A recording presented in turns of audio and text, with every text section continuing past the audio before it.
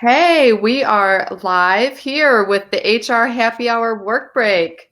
Hey, Steve, how are you? Hey, Trish, how are you? We're I'm doing this good. again. This is 2 days in a row. We're going to do this every day, maybe. I don't All know. right, I like it. I like it too. So what's new in your world, Steve? Well, I have something I want to talk about. A story I read this morning on the Fast Company site, which I enjoy.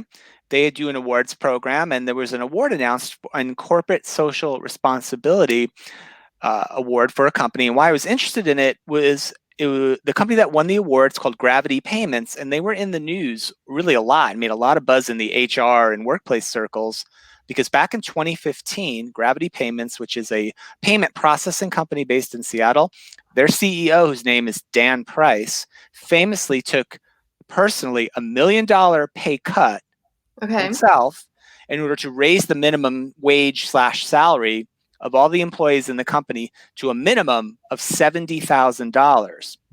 And at the time, that made huge news because no one had ever heard of a company doing that.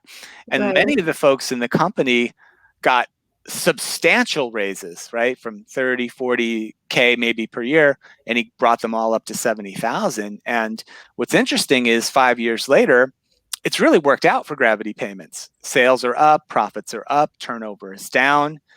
So many great things have accrued to their employees, but at the same time, a lot of people didn't like this, and even some people internal to the company. So, Trish, my question to you really is, what do you think of the story, maybe back in 2015, if you recall it, and what do you think about it today in terms of, hey, is Yeah. this the right way to treat employees and to compensate them?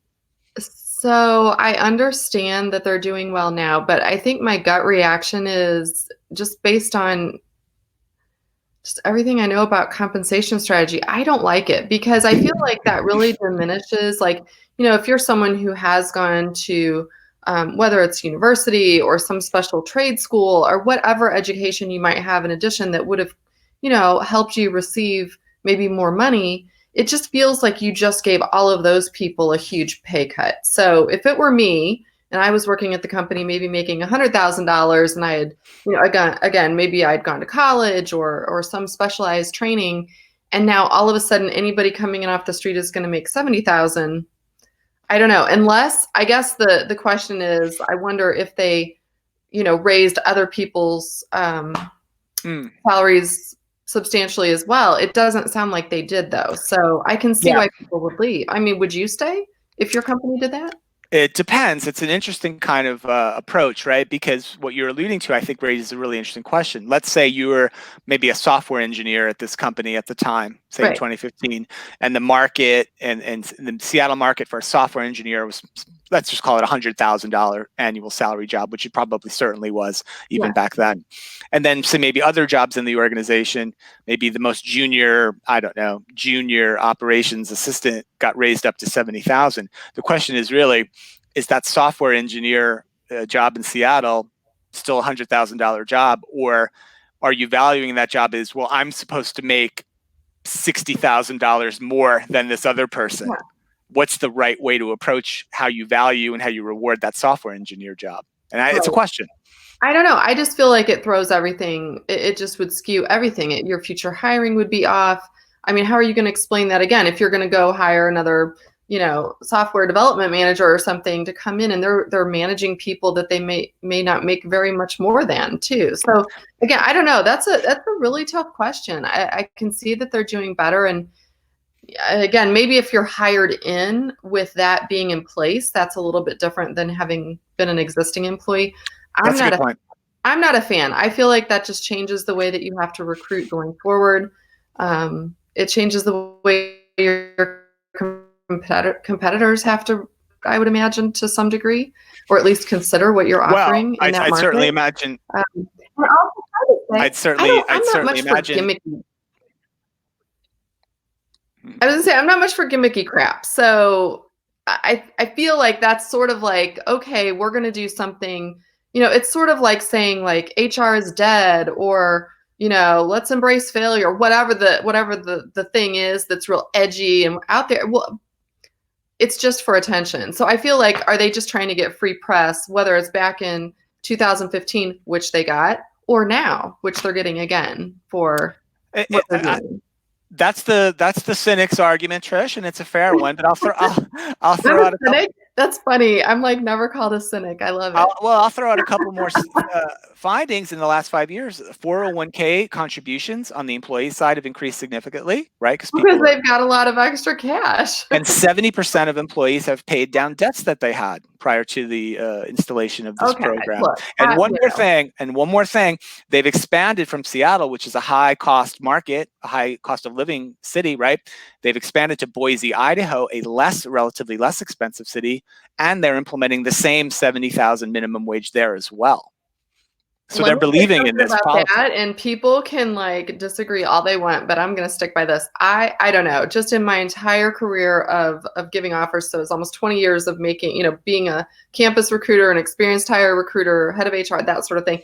I can tell you, it was so rare that we gave any notice to the cost of living when we made offers at any employer I worked at. It's cost of labor that's important. That's my opinion. Again, it might be 10 times harder to find someone in Boise, Idaho, and I might pay them considerably more than I would in Seattle, where it's much easier to find someone. I used to have that argument all the time with people in New York City. They'd be like, well, the cost of living is more in New York City. Well, there's more of you.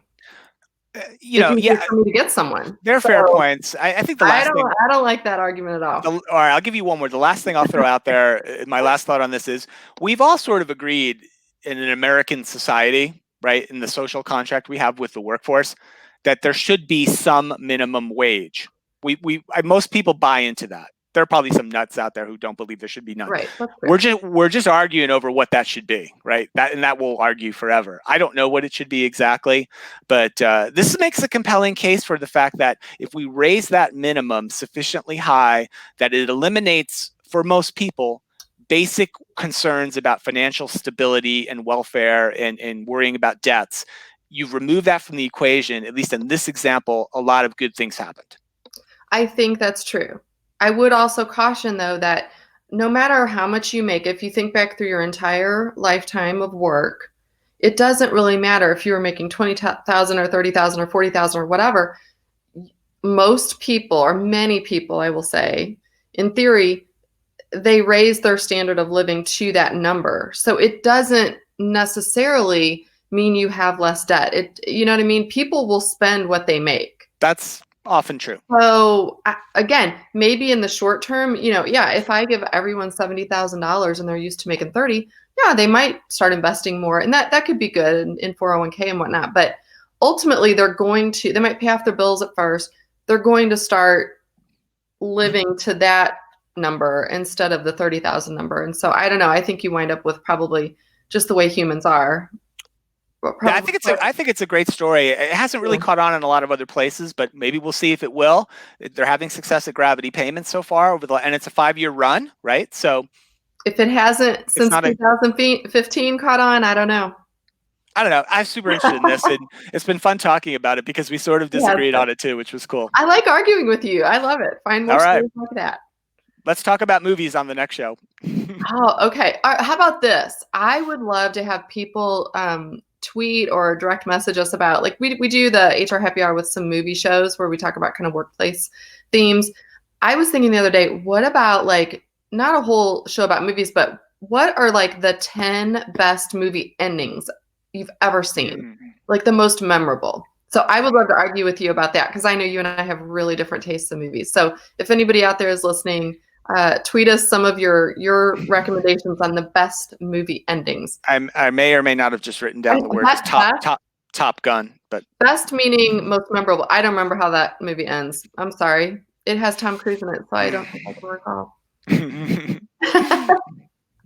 All right, this has been a fun work break. Thanks for everyone for listening and joining us. And if you want to come on the work break with us and take a break, let us know. We can add some people to it. It'd be fun. That'd be cool. Let's have a guest sometime. All right. Thanks, Trish. All right. Have a good rest of your day. You too. All right. Bye-bye.